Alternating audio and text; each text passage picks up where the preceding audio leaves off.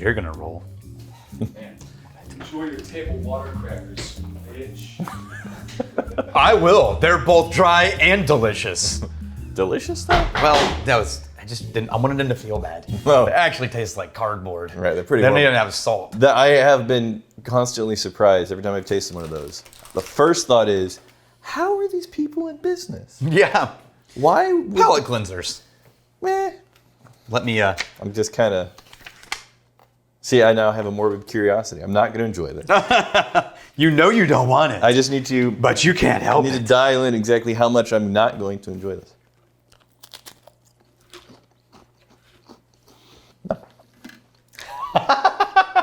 You noped out. So I heard that your Welcome new to the Whiskey Vault. duvet is full of fiberglass. What is? Your new duvet. Oh, Is that how you got it all? I don't have it. What's a duvet? I know it's like a blanket thing, right? It's a blanket thing. You savage. Okay. I have- Today we're drinking whiskey I have blankets and quilts and sheets. that was technically sent to us by Terry Dolan. Ah, the Terry Dolan. Magnificent bastard. Yeah. Terry Dolan. Okay. But Well, he's Terry Dolan, you magnificent. Bastard!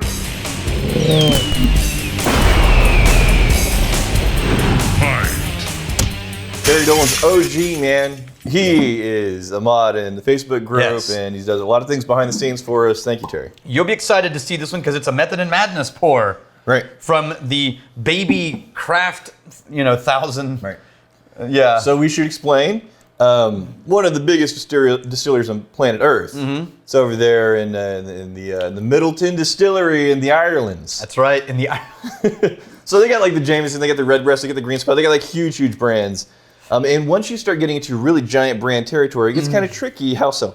Well, because you are sort of trapped into a flavor profile Yeah. that everybody knows, loves, and comes to expect when they see that bottle and that line. Yeah, like generations of expectations that you need to hit. And as soon as you start coloring outside the lines and start messing with beloved brands Now, they're too giving it a much. shot right now with Jameson. They get cold brew and stout, and that's cool. Yeah. But You truly want to color outside, like experimentation, Right. innovation. So they started up a whole new, like a sub-distillery on Yeah. location called Method and Madness. yeah, in its own little building inside, it's got its own production line and stills. Now we've visited. Yeah, they wouldn't tell us what they were doing. At Yeah, the time. there's no like financial relationship, but we No. got like behind the scenes access. There's a whole episode we did over at the Jameson Distillery. We'll link it up here. It's on our other Yeah. channel. The thing is, their small experimental distillery. It's still It's like it's about 10 to 20 times as big as ours. yeah. Yeah. Anyway, so look at what it's finished in. Wild cherry. Ooh, wild cherry. Wild cherry wood from France. Okay. So this is their normal whiskey started in bourbon and sherry cask, Yeah. like they typically would. Yep. And then finished in wild cherry wood somewhere between 7 months and years. Yeah. Right? In between months and years and then mixed back together. Now, one of the fun things that Method and Madness is playing with is the fact that in Ireland, doesn't even necessarily have to be an oak barrel. Now, vast majority of the time it is. Just wood. Yeah, but technically, letter of the law, they just need to age it in wood. This is definitely different than anything I've ever smelled from Middleton. Yeah. This is not, Jameson. This is not Redbreast. This is not Green Spot. This is Sorry, I forgot to turn this incredibly. off.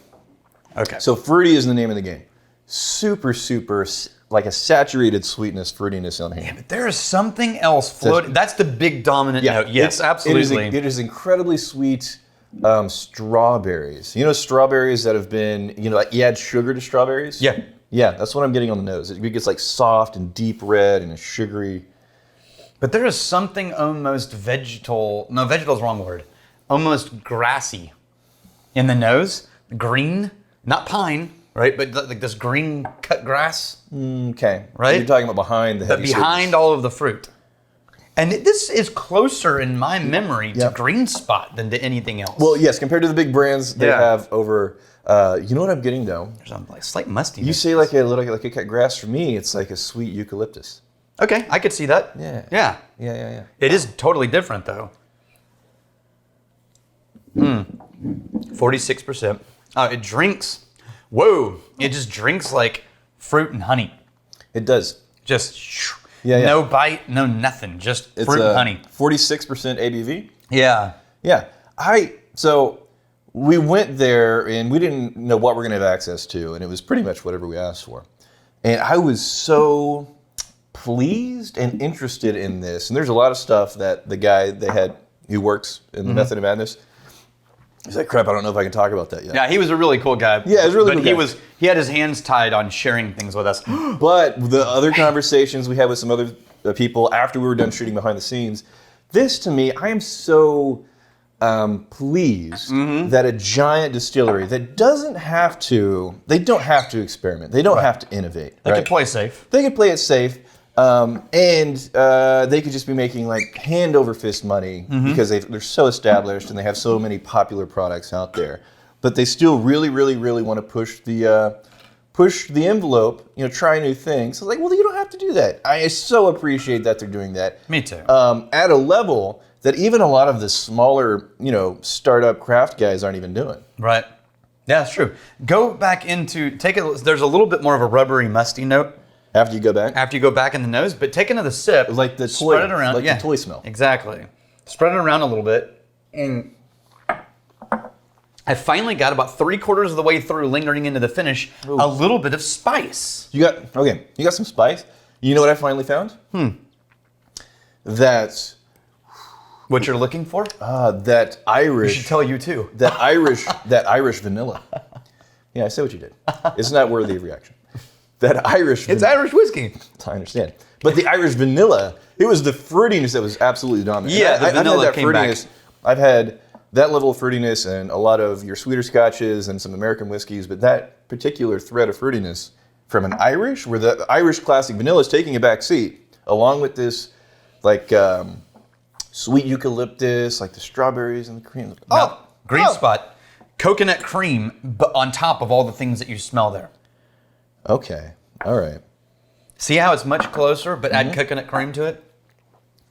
Oh, and then the green spot. I think the green spot, compared to this, comes across as just a little bit more mature and well-rounded more and classy. balanced. Yeah, a little bit more balanced. This one's got pip and vim. And vigor? And vigor. Yeah. I like the hell out of... That's even at 46%. I like the hell out of their philosophy.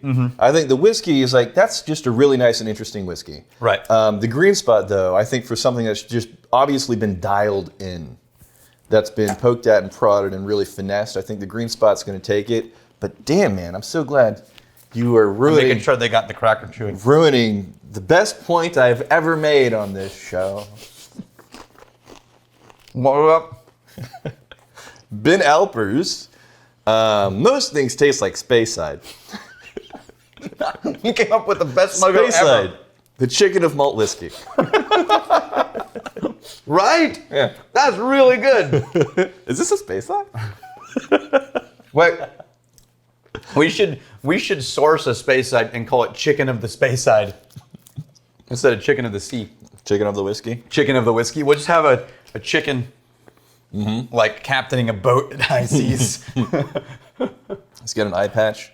Yeah. Then he would be a one-eyed cock. No, that's a male version. Are cocks chickens? I think there's hens and there's not- cocks. They're both chickens, though. Yeah. Oh, okay. I guess you're thinking. I think typically you would refer to them as like a chicken or a rooster, and chickens are just generically assumed to be female in my experience. Well, there's hens. Because I have so much farming experience. I know lots about the chickens. Dylan Richardson. I don't want to hear Daniel say he's really into fashion. There's literally episodes of him wearing a kilt. Get out of here. That's pretty good. I liked that one. All right. So what do you think? I was saying really poignant, smart, Does it? Till I well-informed, started chewing. balanced, nuanced opinions that you missed out on. Does it? Because I bring the maturity and expertise and you are here. How does it compare to the other craft Irish distilleries that we've tried? Right? Is it playing above its weight on size of still? And I think it's on par with what we're seeing from the smaller players in the craft scene. On par, at least, if not one or two notches nicer. Yeah. And this, do we know? Which any says kind a lot for the state of craft Irish whiskey. Oh yeah, no, they're doing some. They're kicking ass. And we're meaning the Beautiful. guys who are actually making their own stuff. Right. not just sourcing from the main distilleries and releasing while they work on their own stuff. I super dig it. I know they do have some presence in the States with the Method of Madness. And these are all obviously going to be different because they're experimenting with finishes and whatnot. So, yeah, super good. Here's the 5-star drink. You fight me, you fight for a friend. You steal me, you steal your liver. Sorry. And if you drink, may you drink with us.